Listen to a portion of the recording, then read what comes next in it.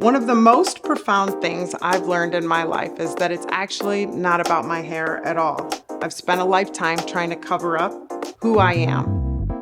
And as much as I love a good external transformation, and I do, I much more love a heart transformation. Join me as I share how I work to heal my heart, find happiness, and embrace our hair. Hey guys, welcome back to It's Not About Your Hair, where we talk all things hair, heart, and happiness. I'm so glad that you're here. Today, we're going to dive into seeking family approval or approval of those around you and what that can look like and how it can stop us from moving forward. I'm going to personally share, my own struggles with this and as like every episode, talking a little bit about where these ideas come from, how our childhood keeps us kind of stuck if we're not willing to grow up and move forward, and it prevents us from taking the risks and the chances that we need to. My goal with this podcast, you guys, is to just encourage you and to remind myself. Honestly, I've shared this before, but I'm an external processor, which means that sometimes I learn more from sharing than I learn from doing. So it's the remembering what I've been through, sharing the process of it, and trusting that I'm on the way. And one of my biggest things is I have spent way too long trying to share things with people who don't want to hear it.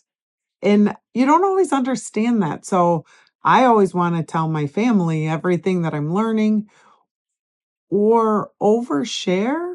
Is that the word? Probably overshare things that they're not ready to hear. That has led me to feelings of unworthiness in my family or not understanding my place. And that's why I started the podcast, because I honestly feel like I have a lot of things that I need to talk about and no one wants to listen. And so I'm grateful that you're here. I'm grateful you're listening and learning the places and spaces that are for us in certain areas of our life. I think with my childhood rejection issues, my childhood in general, we all have these pasts.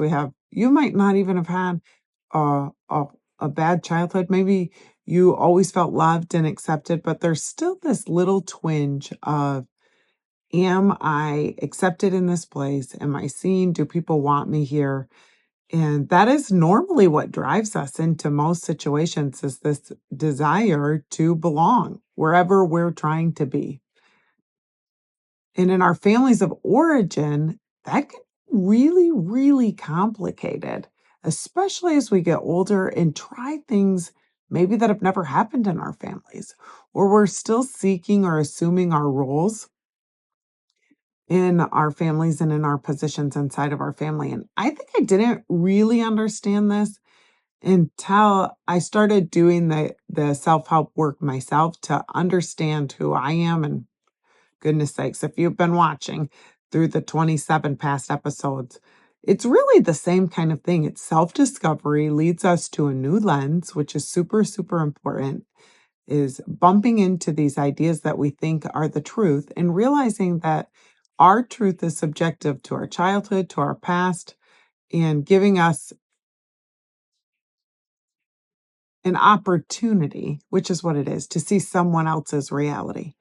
And bumping into that with my own kids and wanting to be a better mom to them and not continue to stay stuck in my childhood trauma, and showing up with a different heart towards my kids has helped me to understand my own personal family dynamics within my family.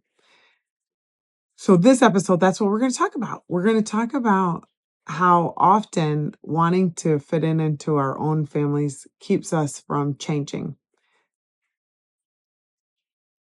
And wanting the approval of our families is sometimes, I don't want to say wrong, but it's misplaced and it's probably a false expectation.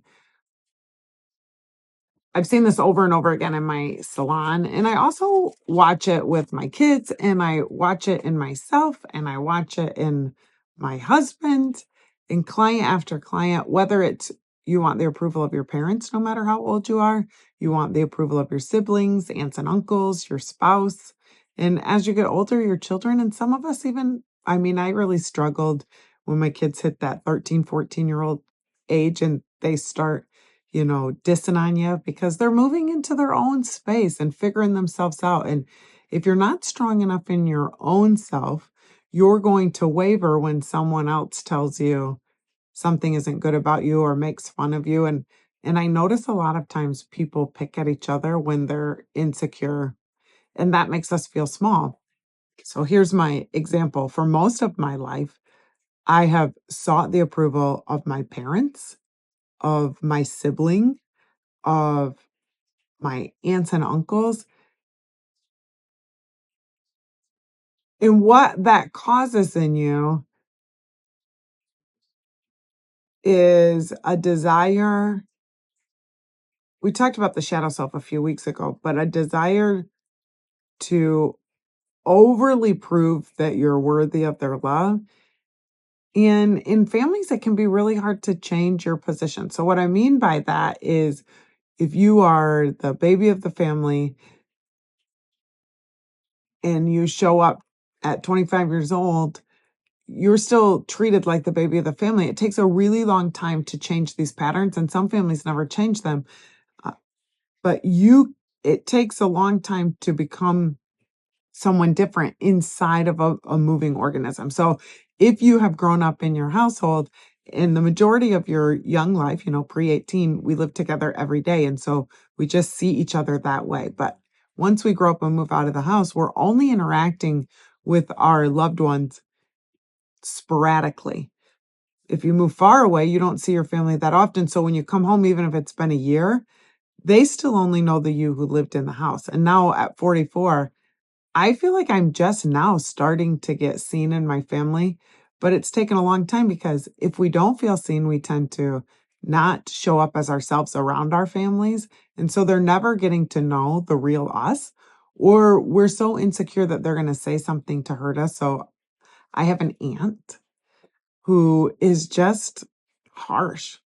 She says whatever she's thinking, and usually it's unkind. I don't think it's intentional. I think that she struggles with her own self. And so when she says something to me, it used to make me feel really small. And before I'd even get around her, I would start wondering how I could protect myself, like what I was going to have to say and how I would counteract that. And if she was going to say something to my kids. And it prevented me from just feeling confident. I'm a confident person. I feel like I am valuable in the world, and I had to remember that I wanted to make her feel that way too. And so instead of allowing her energy to make me feel small, I started using my energy to try and make her feel big. And in the process of that, and it took many, many, many, many, many interactions of being around her and me continuing to use my power instead of allowing her to use hers for me to shift our time together. And that's hard work.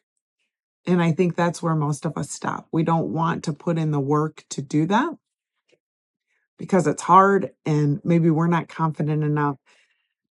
And so we just shrink away or we quit going around our families. And that's okay if you're in that space that you've quit going around your family. It's really, if you're okay with it, it's okay. But if you have any hardness in you about it, and I have been in that position, it's not okay because you're really just avoiding and being bitter. And if you've been around the podcast for very long, you know that I am constantly trying to help us out of those spaces. So wherever bitterness, anger, self-righteousness, justification, wherever these things land, there's something inside of us that's walled up. And once those walls are there, we can't be our authentic self. And in the authentic self is where we get to be a catalyst for change in our families and in the world and in guess what? It is in the world. So maybe you can't change the things that are happening in the world, big global world things. But when you change how you show up, you impact the world around you, you change you, and you can change and shift your family. But it has to come from a place of not expecting them to change, if that makes sense. Only you get to change. And so on this episode, I was going to share a little bit about m- most of the things I've done in my life. I've done seeking the approval of the people closest to me or not doing because I was worried about their rejection. And that's very normal. It's very normal to want your parents at any age to approve of you, but it's also very normal for them to not. And as we get older, sometimes even it's hard for our parents to see us as adults. And I'm going to give you guys an example. And I can only share it because I think really most of my people don't listen to the podcast. And in the beginning, it held me back from doing the podcast or putting myself out on social media and growing that way because I was afraid that my family would make fun of me or not listen or not care. And guess what? Most of them I don't think listen. And they don't care that I have a podcast or that I have a social media following or that I have a successful business. They care about, and this isn't right or wrong, they care about whether or not I care about them. That's not wrong, but it's taken me a long time to understand that. So the people closest to you generally aren't your biggest supporters. And maybe they're your biggest supporters in your daily life as far as relationally, but my personal family, aunts, uncles, cousins, brother, mom, dad, are not the people who encourage me business wise generally. They're not the people I go to for advice on that. They're not the people who comment on my podcast or my post. They are not the people, but they are the people, weirdly enough, that prevented me from doing it. Not them particularly, not them saying anything to me, my thoughts about what they would think about me. And the truth is, I also thought about the people in my life that I don't have relationship with. Maybe people I went to high school with, maybe people who live in my community. I thought, what would they think about me? Guess what? None of them talk to me either or listen. And it's not, you guys, I'm not saying this in a mean or wrong way, but those are not the people that are tuning into my podcast or that are showing up um, when I'm asking for your participation. You guys are. The few of you who are subscribing, that are listening, we have different communities of people for different things. And very early on in the podcast, I talked about running to the wells that can satisfy our thirst. So, my therapist taught me one time that I kept running to my mom and dad to do things for me emotionally that they were unable to do. And he would say, "You're going for a drink, but you're going to an empty well." And when we do that, we never fulfill our thirst, and we keep running usually to the sources that we think should do that, and then all it does is leave us dry. And I learned in that there are people in my life that I can run to for different things, and we put a lot of pressure on our families to be those things for us, and they're generally not. This is what I've discovered. They're generally not, and that's okay. And that's what I'm here to say. For me, there are people, I'm going to say my church family in particular, my very best friend. These are the people that are my biggest supporters, but generally, even some of them aren't the listeners to my work adventures or my business adventures. I do have a couple friends from church that are probably my biggest supporters who every episode send me a text, tell me what they love about it, tell me how it's helping them. And that helps me to want to keep doing the things, you guys, or my curly hair content on social media. You guys have blessed the socks off of me in that. And really, I don't know what it means to have a huge following, but you know what it means to me when I get a message that it's really helped someone on their curly hair journey? That is incredible to me that a perfect stranger has sent me gifts to say, thank you so much for helping me with my hair. That I have probably 20 people who comment on almost every post that I make and say, oh my gosh, I love this. This looks so good. And they're encouraging. They're always clapping for me. And sometimes we can miss the people that are there clapping for us on the sidelines, you guys, and really our biggest encouragers because we don't know them personally, or maybe because we keep looking at our family and wondering why they're not listening to us. And we just have to take in around us the people that are there for us, the people that are listening to us, and recognize that God has given us different people for different seasons and for different reasons. And for me, again, learning that my job in my immediate family sphere is to listen and to love. And every very once in a while, I get to share. But even today, taking my youngest to school, and she's having a hard season. And I wanted to tell her everything I knew about how to own her own power and how to show up. And I tried. And finally, when I was dropping her off, she said, "Mom, you don't always have to fill the space of silence. You can just kind of be quiet." Sharp. She's a little sharp with me. And yesterday, my oldest daughter kind of said the same thing. And it hurts a little bit, but it's also such a beautiful reminder, you guys, that the people closest to you don't need to know the the things you're shooting for in your life necessarily, or the things that you're learning. They want to know that you're listening. And if they ask, then you share. But you guys that are here listening to the podcast who send me private messages and say that episode really helped me, that's who the learning in your life is for. So, who is the person at work that needs to hear your story? Who is your friend that's really struggling that needs to hear it? And you have to not be afraid to share with the people around you who need to hear it. And you need to not be hurt when the people closest to you don't want to hear it. And I think for a long time, I did things wanting to know if my family would be proud of me. And is that an empty wish? Because what does that look like? Do I even know what it would look like if my family was proud of me? And I think I do. I think they are proud of me. But that doesn't mean that they are joining in on all the things that I'm doing or experiencing, or even that they agree with me. Most of them don't. Isn't that interesting? Just because I love Jesus doesn't mean most of the people around me do. I wish they would.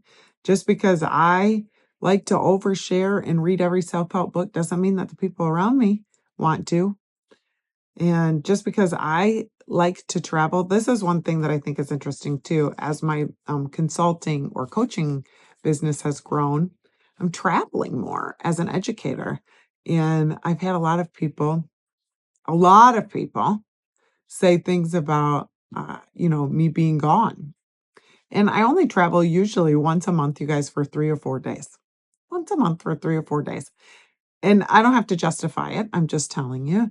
But I used to feel like I had to justify it because the people in my immediate circle wouldn't necessarily encourage me at the things I was doing. They're like, "Oh, isn't it hard for you to miss this? And do you feel like you're missing out on your kids? Or are you getting behind at work? Or are you able to juggle all of that?" And I think it comes out of a good intention, but sometimes it sounds judgmental. And then our natural reflexes want to flare up. And I used to get sad and think, well, they don't even know what I'm doing, or they're not even looking at like, what an honor it is that I get to do this, or that someone wants me to come and teach. And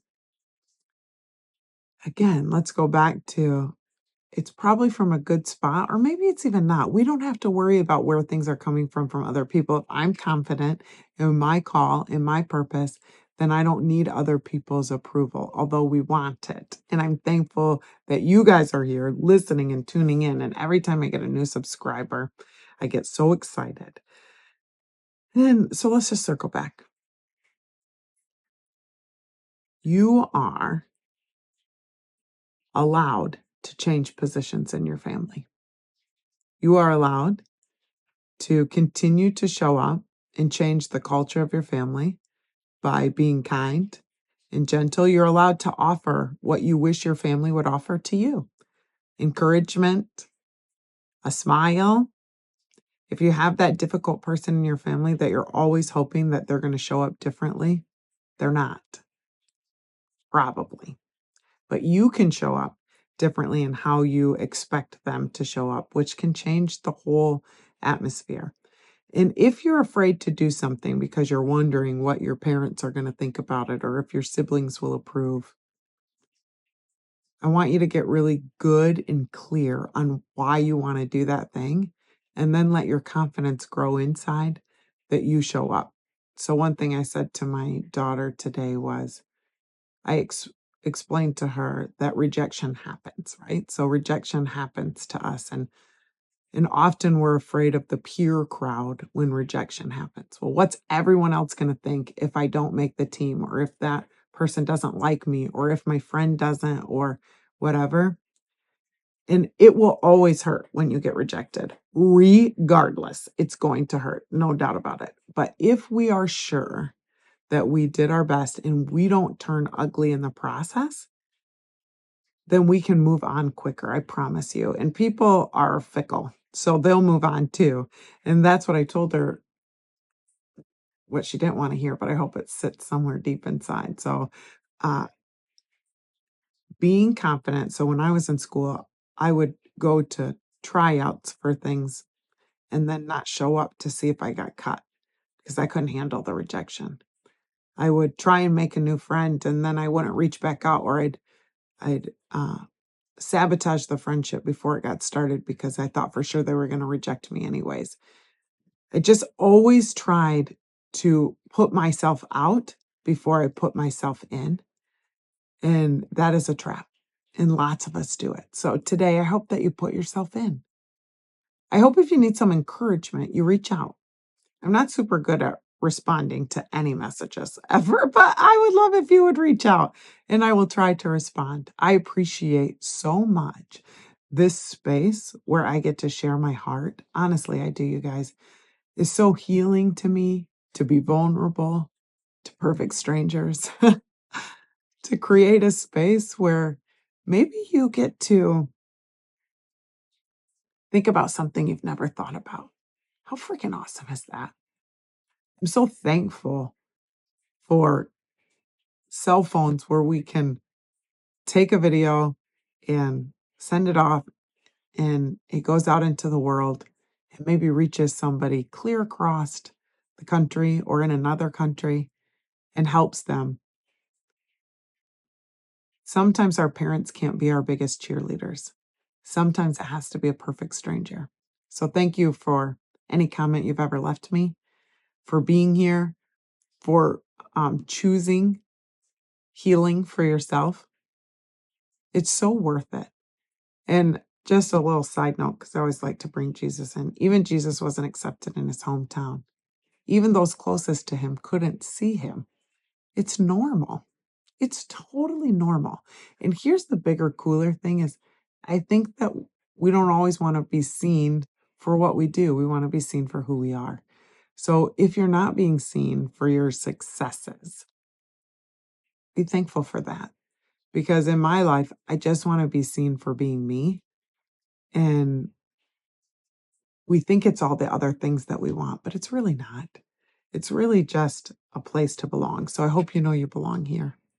If you're having a hard day or a hard year or a hard month, I hope that you just keep taking one step forward.